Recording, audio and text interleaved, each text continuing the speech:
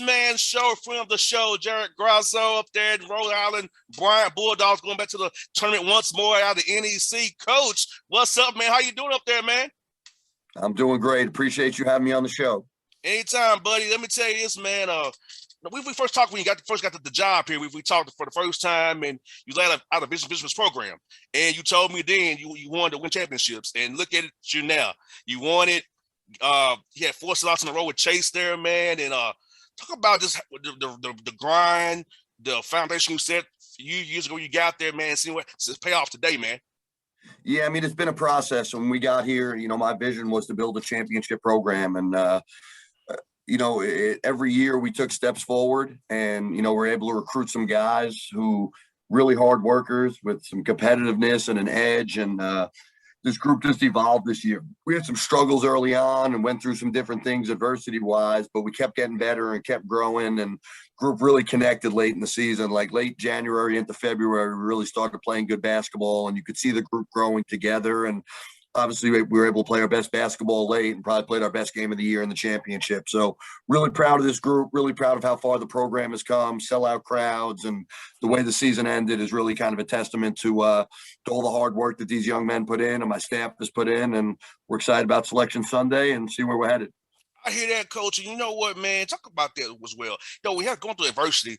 The human nature is kind of split. But I think you guys came close together because of the adversity. Because, when we play sports, things gonna happen. It's not gonna be all peaches and cream. Might have a girlfriend break up with a guy, a family member pass away, or a bad grade in class. Some may happen, so which causes the guy to get off his game. But I think you guys actually stayed the course, actually got closer because of the adversity, not as a human nature would be go apart. Yeah, it's funny. Early in the season, I told my staff, I said, we're going to struggle early. Like, we're not ready. We're not right.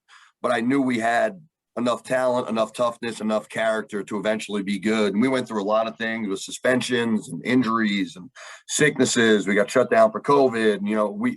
Some internal stuff. We just went through a lot, and our group needed that. And one thing we were able to buy into was just show up every day and keep working. And guys were out, guys were sick, guys were hurt. We had throughout the whole year. So it was kind of, whoever can practice today, we're going to get better today. Whoever's in the locker room before this game, we're going to go out and compete. And our guys just bought into that process of getting better every day and just locking in on the day. And I think it really helped us down the stretch because, the conference tournament, we had 3 unbelievable sellout crowds. And sometimes at this level, that ends up being like over guys' heads. They get caught up in the spectacle of it, not the basketball piece. And our guys just stayed dialed in on the basketball and being prepared each day. And I think because of that, we're able to play really well down the stretch.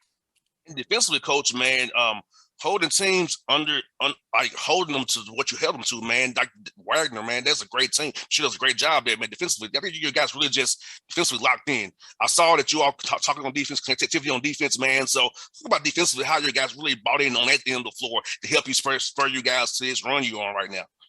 Yeah, I mean, my coaching staff did an unbelievable job scouting. Phil Martelli, who kind of handles our defense, was phenomenal. I mean, I'm blessed to have him on staff. He's a head coach and a head coach in the making. He's unbelievable. And he had our defense prepared and our guys were locked in. And we told them if we guard and rebound, we can get out in transition and do what we do offensively. We're known as an offensive team, but when we get stops, we can run. And with our personnel and kind of the firepower we have, we're pretty hard to guard and transition. So for us, it was about if we can defend and block out and rebound the ball, we're going to have success offensively. And we really did that in the tournament. We had our best defensive stretch, and we did a great job on the glass.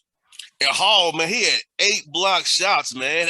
I mean, almost 10 block shots in one. Talk about his defensively cleaning up the glass for you, being it's irritant down there, man, changing shots and helping you guys get out and run there. Yeah, I mean, he's an elite defensive player, and we missed him. He was out for 3.5 weeks, so he missed 7 games for us. And then he came back and obviously gave us a huge boost. And in the conference final game, the regular season championship, we ended up playing Wagner here. The winner of that game was going to win the regular season championship, and Hall went out in that 19-5-5. And then the championship game, he goes and has 8 blocks. And he had a knee injury that we didn't know if we were going to get him back. And he rehabbed hard. Our trainer and strength coach were unbelievable with him, got him back on the court in 3.5 weeks. And I'm so happy for him because he's been through so much injury-wise throughout his career and has been able to persevere through and is one of the elite defensive players in the country, not just our league. Like, he didn't win Defensive Player of the Year, which – I mean, again, it's coaches vote for that stuff. Peter Kiss didn't win Player of the Year, but Whole Elias is the best defensive player in our league, and Peter Kiss was the best player in our league. Most definitely.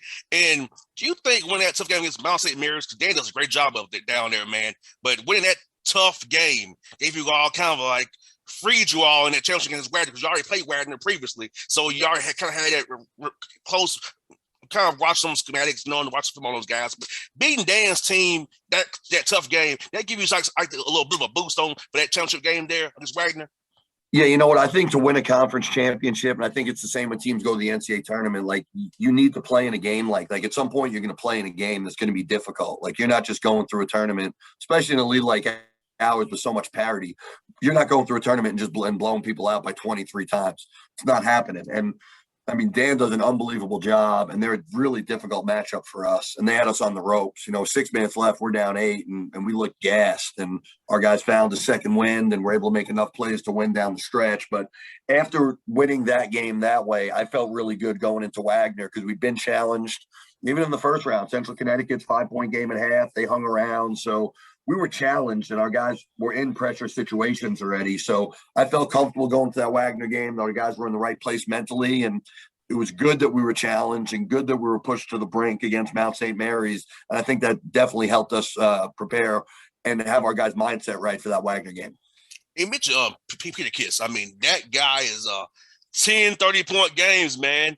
He's a scoring machine. Talk about that, man. And I mean, I'll tell that back to his coach. He should get more run than he's getting right now because we got 10, 30 points. Come on, man. Dude's a scorer. He's a baller, man. Yeah, no, listen, Peter's a really gifted player, really gifted athlete, and just a tough, competitive kid. And, people see some of his theatrics on the floor, and he talks a little bit, and he's got a little swagger and a little edge, but that's what makes him who he is. Like, he needs that. He feeds off the crowd. He feeds off those things. And, him not winning Player of the Year motivated him. Like, he had a chip on his shoulder because of that. He had a chip on his shoulder because we lost in the championship game last year. So I need guys with an edge who are competitive and tough and want to compete and want to work. And the kid put so much time in since he's been here in 2 years to change his game, change his body, and grow up some. He needed to do some maturing. He's an unbelievable kid off the floor. But when you get on the floor, he's a competitor. And the kid can score the ball. He makes plays. He makes shots. And he's become a significantly better player over the last 2 years. And I'm glad he's in my foxhole. I'll take that kid out any day of the week because I know when the lights go on, he's going to compete and he wants to win. Yeah, that's what I just want, Coach. I mean, like a guy like that is important because when you guys are maybe down, this guy's still gonna come at it, keep guys engaged, man. Because a guy like him that has an edge, keeps other guys who not is locked in. Because when you have a guy who has that kind of moxie about him, come on, man, that's gonna make your teammates get with the program because that kid does what he needs to do. I'm cool with him doing what he does. Hey, you see, you jumping bombs on people, man. Come on, y'all been talking jump to you. So I feel like the coaches in the league should have gave him what he deserved because I mean, dude's a baller, man. I think it's messed up that he didn't win Player of the Year in your conference. Yeah, no, listen, it is what it is. I said to the meet, at the end of the day, it's not changing his life. He was here to come and win a championship. That was his goal. He reached it. We get to go to an NCAA tournament. And him and Charles Pride were both first-team All-League players. Their toughness and their edge kind of made our team. Now, Pete's more out there and louder and more abrasive, where Charles is just a quiet assassin. He just gets this look in his eyes and just goes out and competes. And I mean, he was unbelievable for us. When Pete was suspended for a couple games, he went and had 44 at St. Francis, PA, 32 against Mount St. Mary's championship game. He gets 13 and 17. But those two guys' competitiveness is kind of what made our team. And, in recruiting, I want to bring in guys who are like me, who want to work, want to be in the gym, want to be good, and want to compete. And those guys have those characteristics, and this team took on that personality. And what I love, Coach, now you guys are player-led. Like when it's player led is better because you should have to be doing all the coaching in March, right? And the guys should be able to police themselves. And I think you guys are around that point where you guys now a player led team now. You provide X's and O's, but there's player led what we're gonna get done, how we're gonna approach this thing going forward. Yeah, there's no question, and I said it, multiple times. Culture is like this word that we throw around all the time, but the culture is your players. If they're not going to compete and they're not bought into what you're doing and they're not tough and they're not nasty, then your team's not going to play that way. I can yell and scream or say all I want about this is what we want to do. If you don't have guys who are capable of doing it or guys who are willing to do it, then it doesn't matter. And this group, like you said, they could have went out. I didn't need to coach the Wagner game. They were ready to play. And I could have sat there and not coached the game, and they would have been ready to compete and win that game for multiple reasons. One, the work they put in. Like, we won that championship game in June, July, August, September, October, the work that those guys put in to improve. We didn't win that game 3 nights ago. And the second thing is they just had this edge and this – we lost the championship game at home last year. So we had that feeling still. And it's something we talked about throughout the season. It's the reason Holazius and Peter Kiss came back for that 6th year. They lost the championship and they felt they let an opportunity slip away and they wanted another one. And obviously they took advantage of it on Tuesday night. That's what I tell guys all the time, Coach. This might, Coach, you can practicing does not make you better. It's when you go come in the gym on your off day or outside of practice, which makes you better. I can see your guys putting in the work because some guys think everybody plays hard, but you got to put in the work, the hard yards outside of those 2 hours a day that you get on the court with your coaches. That's how you get better. You don't get better just by coming to practice every day.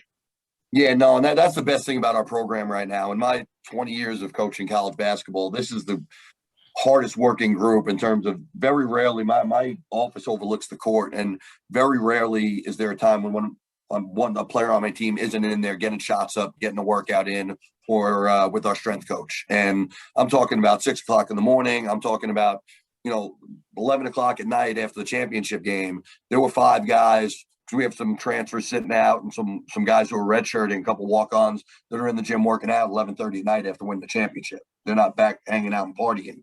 So the culture has been built by them because they want to work. I'm not making them get in there. That's their time. That's not being forced upon them. But you do that in recruiting. You need to make sure you bring in guys who are committed to it. It's really important to me. And we have guys who want to be good, so they put the time in. I hear that, Coach. I'll be looking for you in that bracket, man. I know you guys will be bringing it, man. I'll be cheering for you as always, brother. You be safe, man. I'll look forward to talking to you hopefully real soon after you get to the first weekend, brother. I appreciate you, my man. Thanks for having me. I'll talk to you soon. It's